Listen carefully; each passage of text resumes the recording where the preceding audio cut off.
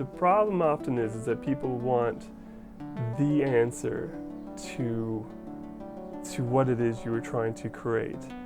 And they often think that something comes out fully formed, like the idea, I saw this, and then I saw this, and I put the two together, and that's how, and that's how I came up with that idea. And often it's much more abstract. You got a tiny, tiny little nugget of an idea, and you just sort of say, well, what's that about?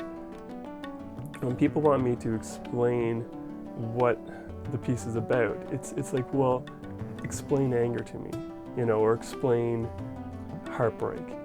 Describe that in words. Well, I grew up in a small town in central Newfoundland, Bishop's Falls. I was very fortunate that I had a high school instructor that was very encouraging of what I did, and he understood what I did. He got it. He knew what could be, where it could go, what I could do with it. So it was really good to have someone that got it and was able to encourage me in the right sort of directions. And a lot of what I do today, I never really came about until my very last semester of university. I studied in Corner Brook at Newfoundland in Sir Wilfrid Grenfell College. They do try to foster you to have your own voice, your own vision. You do get the freedom to do whatever you want. I started to sort of develop my own sort of visual language with it. I've been doing a lot of printmaking lately. I've always felt it was probably my first love. I enjoyed the technical side, the process of it. I think that the big difference when you're doing a painting compared to drawings and printmaking, it's kind of like when you're someone who, if you're a filmmaker, they can be the commercial compared to the painting can be the feature film.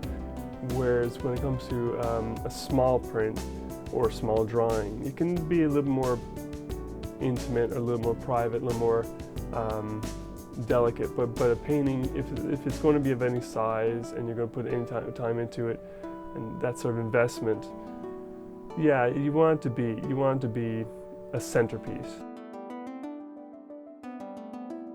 I let it become more and more surreal these days, rather than metaphorical or symbolic. I let it become surreal, because then I think it can become a bit unnerving, and I enjoy that too, because that's where you start challenging people's ideas, and that's where it gives them room for their imagination to sort of try to figure it out for themselves. I do enjoy work to be a bit challenging. I don't want the work I don't want it to be safe.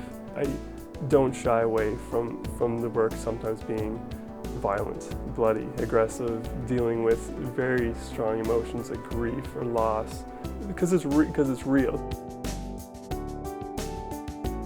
I always think the best way to describe it is like an Aesop Fable. In my case, it's trying to tell a snippet of a story or a moment of high emotion, but using the animal as a metaphor to make a parallel with human experience. But I don't want them always to be thought of as a narrative, because again, it makes it more concrete, but I do want it to become universal. When it's an animal, when it's an anthropomorphic figure, it could be about anyone. So truthfully, a lot of my pieces, I could strip away the animal head and it would probably still have a lot of the same emotion in it, but it becomes less universal. It becomes about that character. Whereas if it has an animal head, it's about any of us.